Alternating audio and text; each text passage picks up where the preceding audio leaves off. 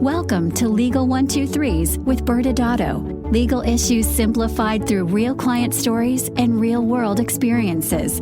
Creating simplicity in 3, 2, 1. Welcome back to another episode of Legal 123s with ByrdAdatto. I'm your host, ByrdAdatto, with my co-host, Michael Byrd. Thanks, Brad. As a business and healthcare law firm, details matter. This season's theme is Zoom In. Once we know our big picture vision or strategy, we have to roll up our sleeves to get the work done. With each episode this season, we'll have our typical stories and make sure we talk about specific actions to focus on for 2022. Yeah, Michael, I'm excited today's episode because we're going to combine two of my favorite things. We're talking about cold beer and dad jokes?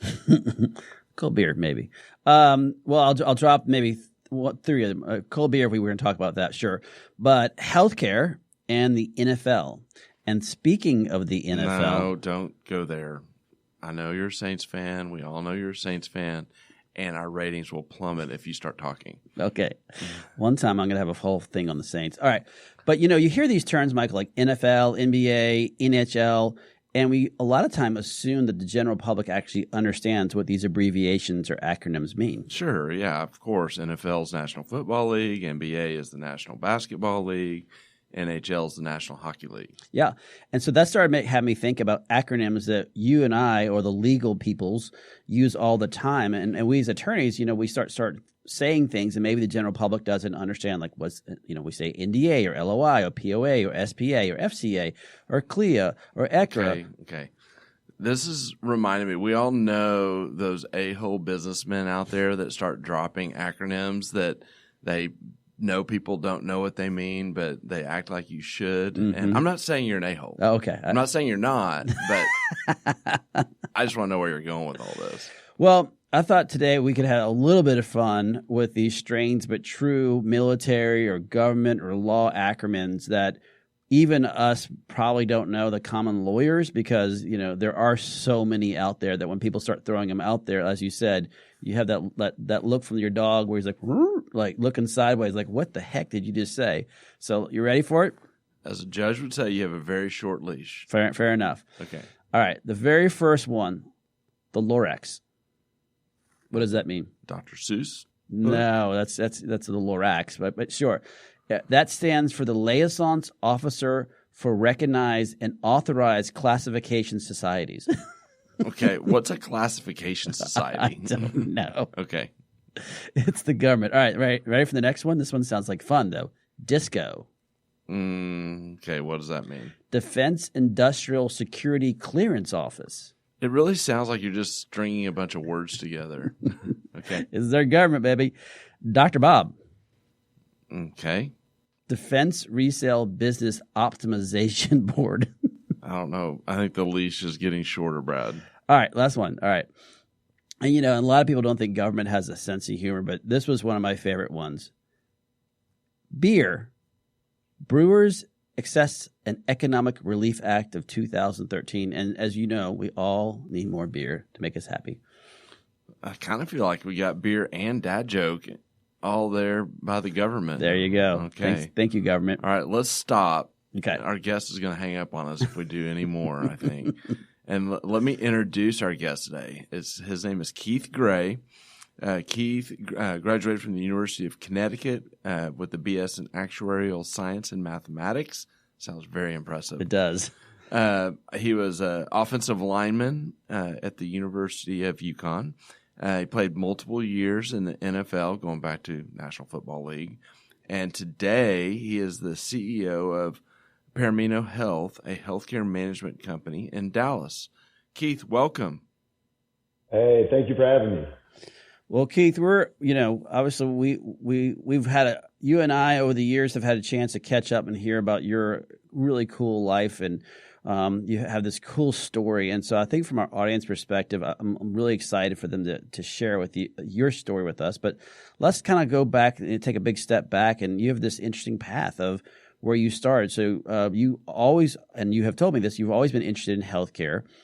And but what did you want to do? What led you to ultimately choose UConn? Yeah, so, as a kid, when I was asked what I wanted to do, I was a bigger kid always. right? I looked at my kindergarten picture and I was probably 6 foot then. Everybody else was small. And I was like, I'm trying to find me, and I'm like, okay, who's the teacher, right? They're like, no, that's you. So, but it surprised a lot of people that, my first choice was I wanted to be a physician.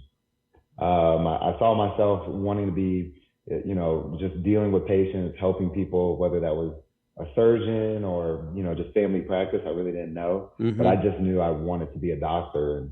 And really, when I broke down all the schools that were offering me to play football, I looked at the different schools of medicine, and I was like, all right, I'm gonna go to UConn.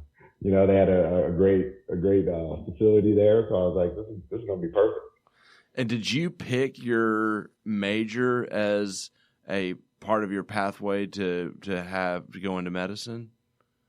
I wanted to. And so what I didn't realize, right, I had all these plans and visions in my mind to be a physician, but the requirements of football doesn't really allow you to do residency and all that. So it wasn't possible because you got to fit all your classes in a 8 a.m. to 12 p.m. window, because you got to make it in time for lunch. And then, film started at 1 p.m. and you were done about 8 p.m.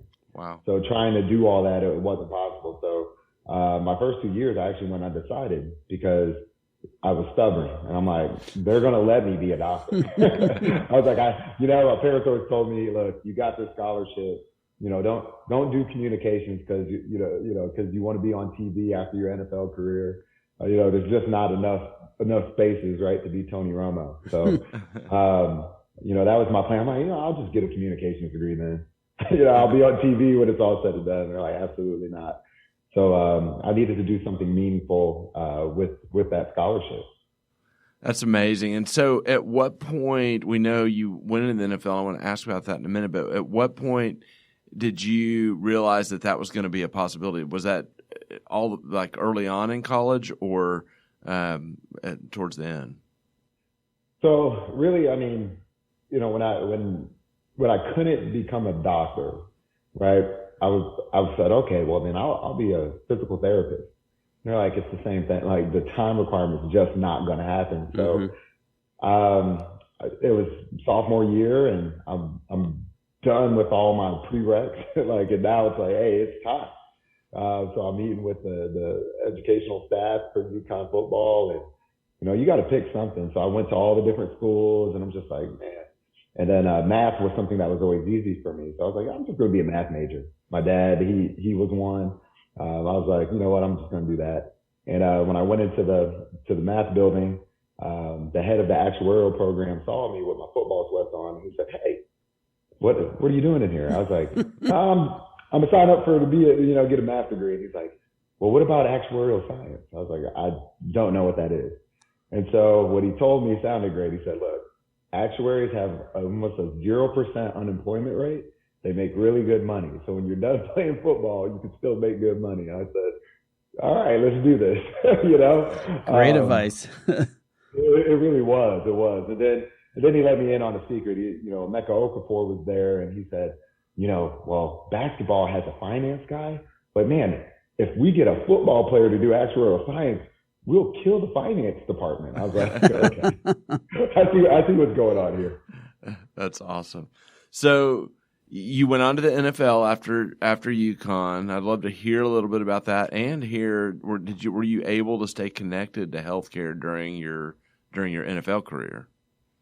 So I was. So after UConn, I went to Carolina. So I was a rookie with the Panthers. I was there with, Cam wasn't there. I had Jake Delhomme. Jake, Louisiana boy. I'll tell you, being there as a rookie and hearing him do the cadence, I had no idea what he was saying. I was, running drills. I was just snapping the ball when it started. I was like, I think he wants it. I couldn't figure out. Which, a lot of my family's from Louisiana on my dad's side, but man, I'll tell you, he was a tough one to understand. He had a thick accent. There's no doubt about that. Oh yeah, he did. Yeah, he did. So I started out there, and but I could never just rest. So during the off season, and even during, I was trying to figure out. I had a lot of conversations with the team doctors. Surprisingly, I did not know that a lot of them had their own private practices and they were just, right, the team doctor of, right? Right. So having conversations with them, and I did that at UConn, always talking to the medical staff just because I was curious. And they, I said, what do you guys struggle with? Like, what is, just trying to understand the business a little bit more. And really it was the billing aspect. One doctor told me, he said, we go to school to learn how to treat people. Mm-hmm. We don't go to school to learn how to run a business. So I invested in some software to help with the physician billing, and started my first business while I was playing. I was Provider Healthcare Associates, and I started helping them bill and understand how to be their own practice, so they didn't have to sell themselves to the hospitals and things like that. That's amazing. I bet they had not experienced anything like that before with one of the players starting to help. You know what? It's funny. I get a lot like, man, I can't believe you play football and one of the things I was just always taught as a young kid was don't limit yourself. Don't let anybody, label you. And if they are, make sure they can label you as a Christian. So make sure I'm living right. Like if they, at least they can point that out. Right. Yeah. But anything else, don't stick to any limit. That's awesome. I love that. And so we know your story, and we know that you ultimately suffered a career-ending knee injury, and that you were drawn to an emerging area in genetic testing. And I'm just curious about that. I would love to hear kind of what led you down that path. Yeah. So honestly, when I blew my knee, I was on the couch and couldn't move. There was a machine during the therapy, man, that gave me anxiety. It would just crank your knee and stretch it out. And, I'm just laying there and you hear that sound, it's coming. And, I called the doctor and I just asked him, I said, hey, like I come back from this, I do it again, but I don't get surgery. Then what? And he's like, well, you won't be able to play with your kids.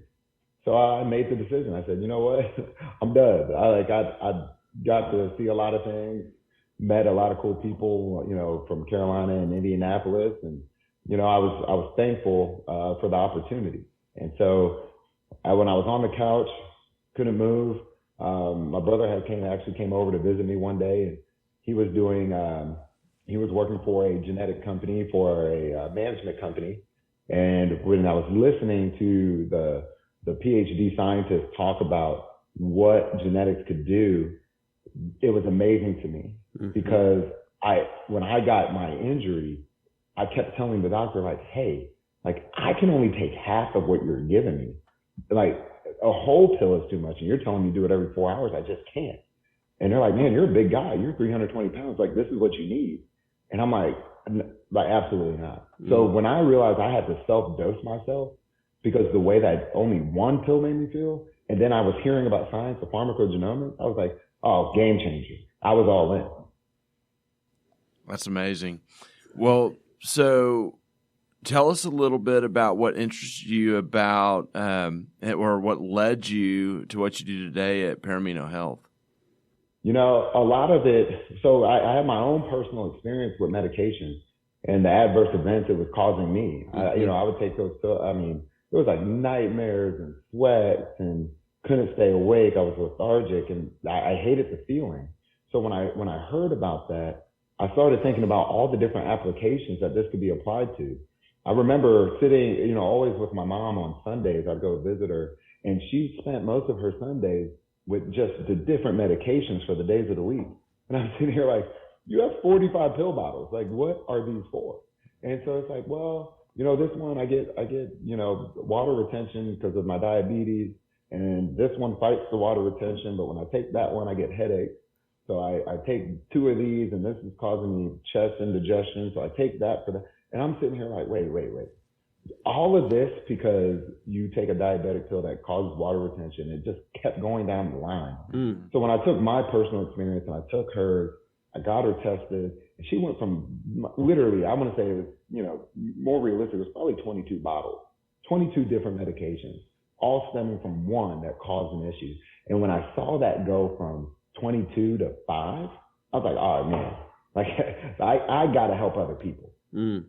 So Part of this season, Keith, is, and for our audience, as they know, as Michael's kind of started, is we really like to zoom in and get into the details as to what drives different actions. And so I love the background as to what started this process for you, which is obviously started a long time ago when you wanted to be a physician, and you just kept seeing those different opportunities blaringly. For some of us, we probably would have ignored it, but for you, it looks like you're always looking for a way to think through that. But as your career progressed in the medical community, you started getting more involved with these genetic labs, and so we'd love to talk about how things like CLIA, EKRA, and the explosion of telemedicine had some key operational what processes you had to put in place to ensure your business remained compliant. Yeah, so it's definitely been a challenge. There's some bad players out there that are just trying to make a quick dollar, and they don't put the science behind the test. So a lot of it had to be with structure. So I couldn't just be a lab. I put a lot of surrounding factors around the lab to help support it, so that we could do certain things like compliance checks. So one of the things that we have to do, right, to make sure that no one's taking advantage of the system, is we run random audits every week on the genetic samples that we get in, and we call patients, we call the office, we ensure that the doctor is the one ordering, and the patient understands why.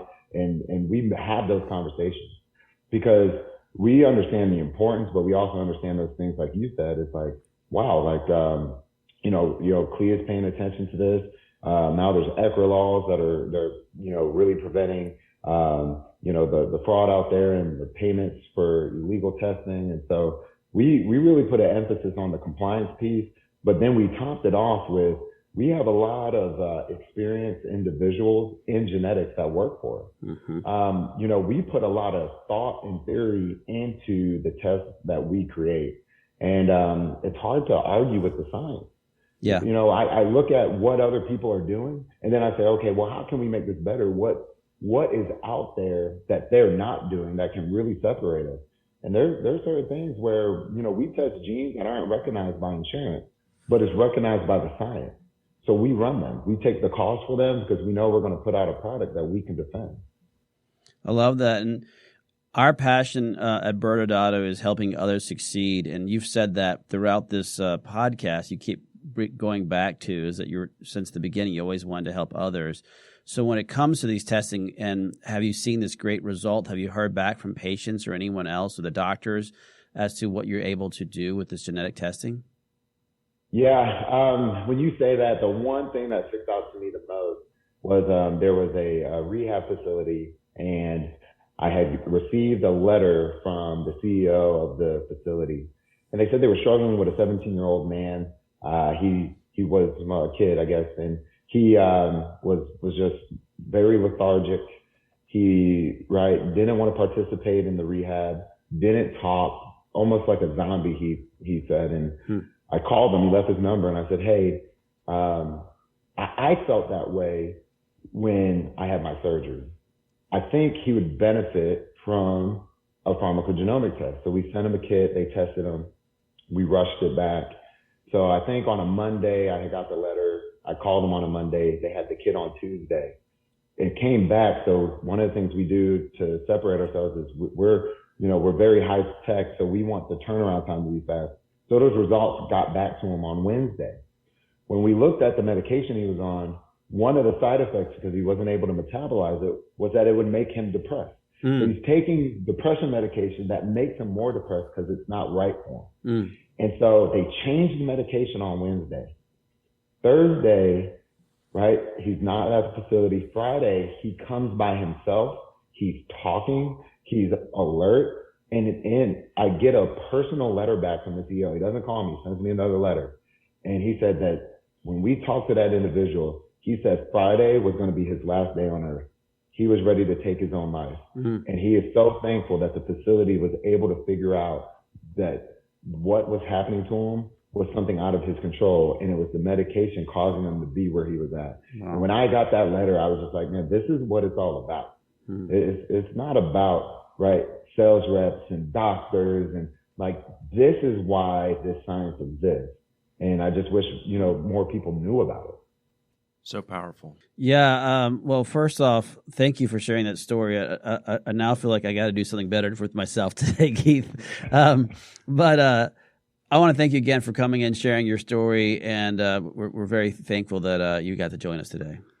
And I'm so grateful for you guys having me. And, I cannot believe you're a Saints fan. I was with Indianapolis. We're supposed to have a Super Bowl ring that year, but it's okay. I'll let that one slide. Keith, the next time you're at the office, just come hang out with me and we'll talk, because we can unite against Brad.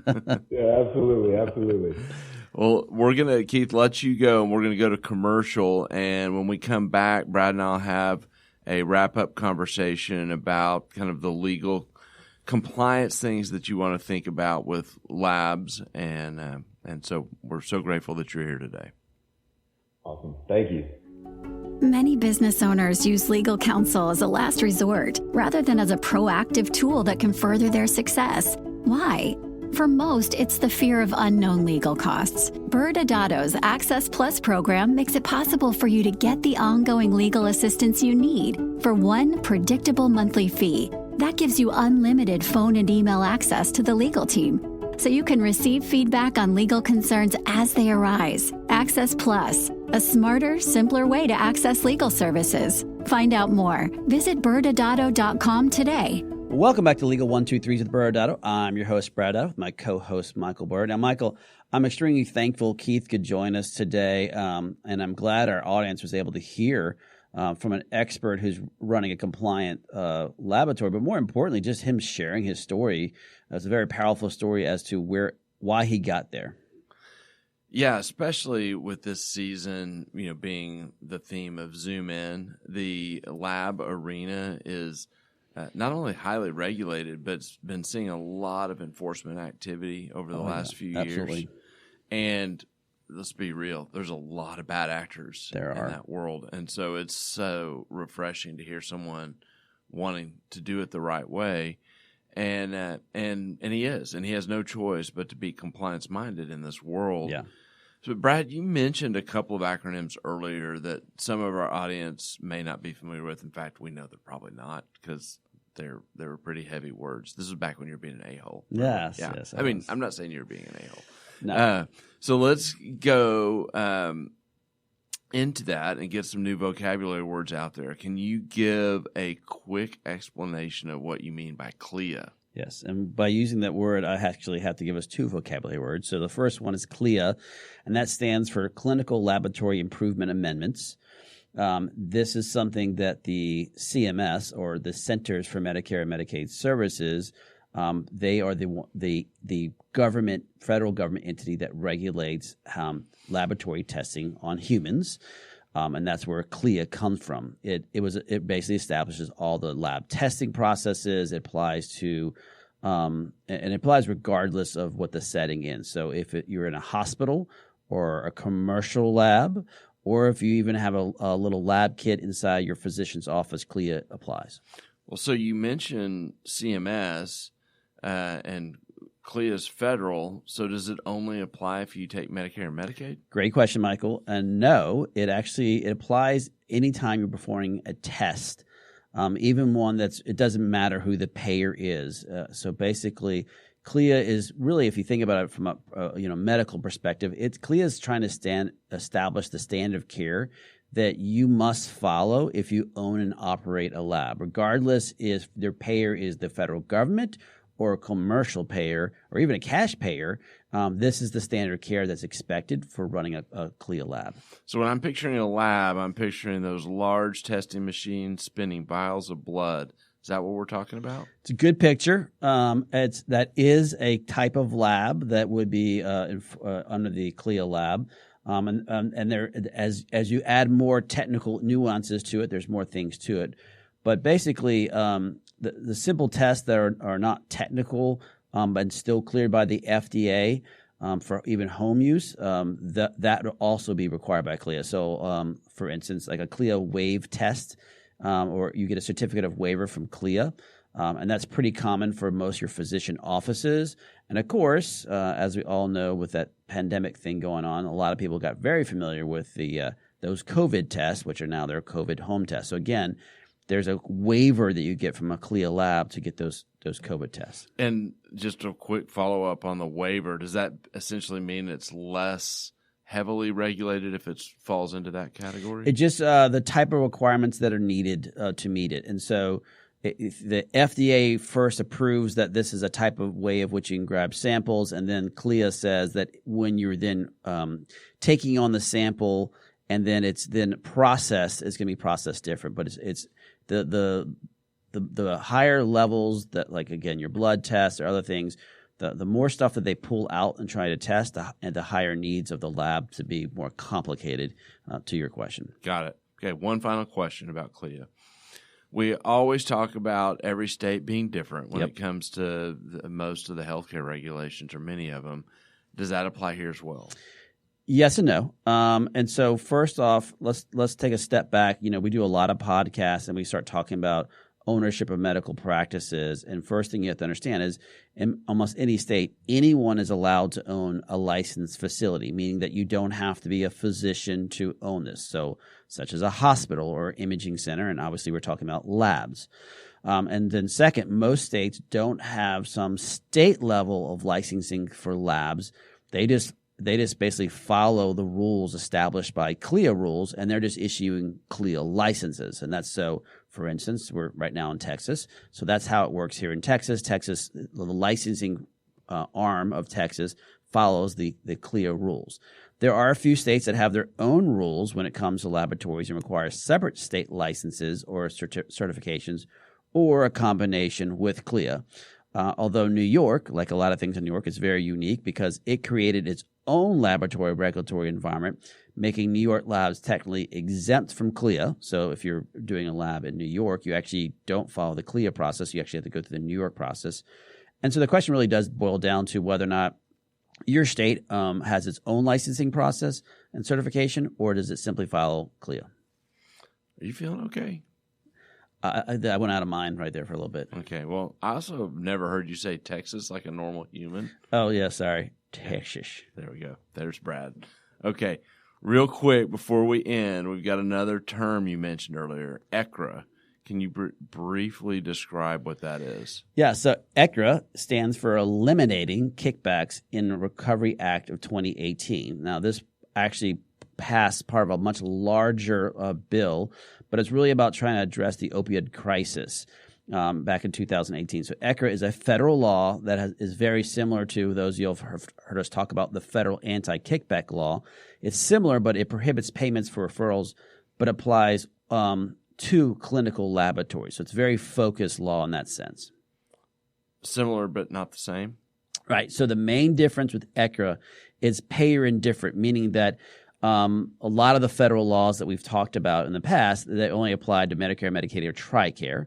This law, EKRA, applies to commercial insurance, and so it doesn't make a difference who's paying no matter what. So let's go back. It's payer indifferent, and then most importantly, it really does focus on how employees are being compensated. So on an EKRA, that you can't really pay a person based on any referrals, number of tests or procedures performed, what they were billed or how they received. And this is different than this is a different kind of law because a lot of times with federal laws, like the anti-kickback law, that was already in place. This is, again, focused on commercial or even cash-based ones. And so historically, the federal anti-kickback law was really the only one out there, and it didn't really concentrate or focus on compensation methods. Now EKRA does. Sounds pretty complicated to navigate. Yeah, and and EKRA has been it's been a hand grenade in the lab world. It has had a significant impact on the industry, and because when EKRA came out, everyone's trying to figure out, well, how do I compare that to that longstanding federal anti-kickback law that's been around forever? And there's a lot of frustrations because it came out and it was basically almost immediately became law. And we've talked about this in other episodes, is there really isn't a good guidance or regulations that are out there that tells us how is it going to be enforced, or what are the safe harbors, which is, again, these are the things we look for when we're advising our clients.